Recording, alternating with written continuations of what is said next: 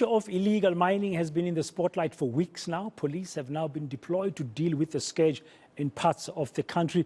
Let's discuss this now with the Minister of Mineral Resources and Energy, Gwede Mantashe. Minister, good afternoon. Welcome to Today on eNCA. Thank you very much for your time.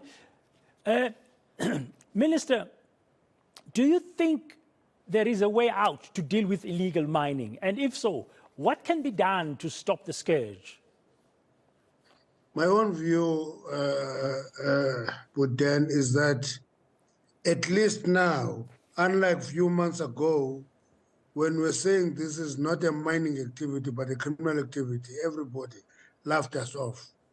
Everybody today realizes that this is a criminal activity and it is a war on our economy, and it must be handled as such.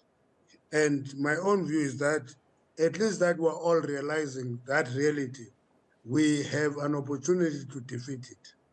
That's why at the level of government, the leading cluster to deal with illegal mining is the security cluster, because we're dealing with the criminal activity. So your department has got nothing to do with it at all? It has a lot to do with it. We must close the holes. In River Valley, we've been directed to quickly close at least 7 holes, which we redirected all the resources from Mindeq to close the 7 holes as an immediate work that we should do. So we have a lot of work to do in that regard. Why were these holes still open in 2023? It's because there are 6,001 holes of ownerless and derelict mines countrywide. That include old asbestos mines. So that issue is an issue that requires a lot of resources. We are getting 140 million rand per annum, and that gives us capacity to close about 40 holes per year. And it will take us many years to finish 6,001 holes that are nationally. And we are raising that issue. Everybody is beginning to listen to that. Okay, Minister, just educate me a little bit. Whose responsibility is it after a mine has ended its operations, it's now a disused mine, to rehabilitate it? Is it the mining companies that you have licensed to operate, or is the government? Before 1994, mines closed and left holes on the ground. It is only after 1994 that law was passed for us to begin to rehabilitate those. That's why the state has to take a responsibility for ownerless and derelict mines. But for operational mines, they do what we call concurrent rehabilitation. That's why, for example, if you talk of the incident in the Free State, where 31 illegal miners have perished, Harmony has actually rehabilitated all the shaft around that ventilation shaft, because they're operational and they did concurrent rehabilitation. But for derelict and ownerless mines, the state take a responsibility to follow through and close them. That includes old asbestos mines. That is what we're doing every year. And you need a lot of money, you said. You need a lot of money. You don't have enough now. You are busy closing about 40 holes a year. Do you have an appetite as the Mineral Resources Department to legalize this illegal activity? You can't legalize illegal activities, but then you can't do that. We are having appetite to develop artisanal mining, and that is distinct from illegal mining. Many people, I listen to the EFF guy who has no clue what is happening, saying that we must actually do artisanal mining to resolve this. And I had a sense that he has no clue.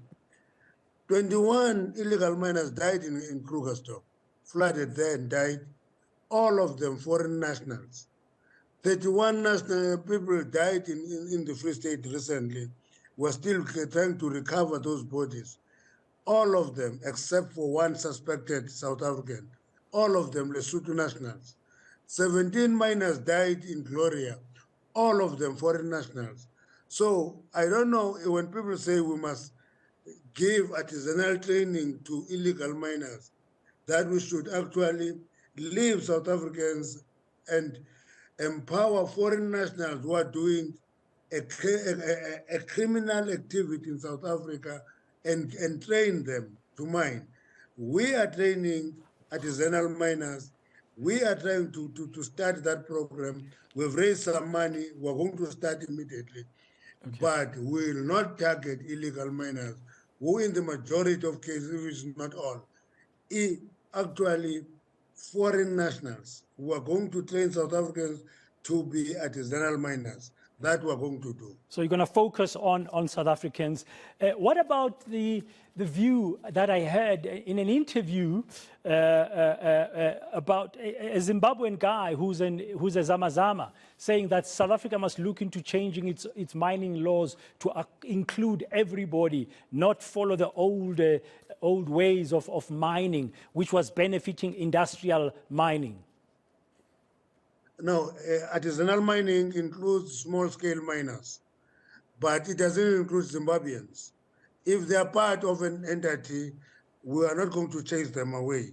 But we can't give licenses to Zimbabweans and leave South Africans out.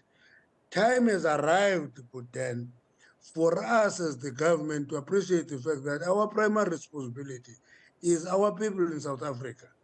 And these foreign nationals who are here, who are causing havoc, are not patriotic. They are destroying the economy, and we must deal with them in that way. Thank you very much for your time this afternoon in your busy schedule. That's Minister Gwede Mantashe. He's the Minister of Mineral Resources and Energy, just weighing in and clarifying a few things about illegal mining. It's good to hear that government is very much open and has got the appetite now to provide or issue licenses to South Africans only for artisanal mining. No appetite at all to accommodate the illegal activity that has been happening in mines. And government only has about 100 and something million rand to close about 40 odd holes that have been left, old and derelict mines across the country. There's still many more to be closed in the near future.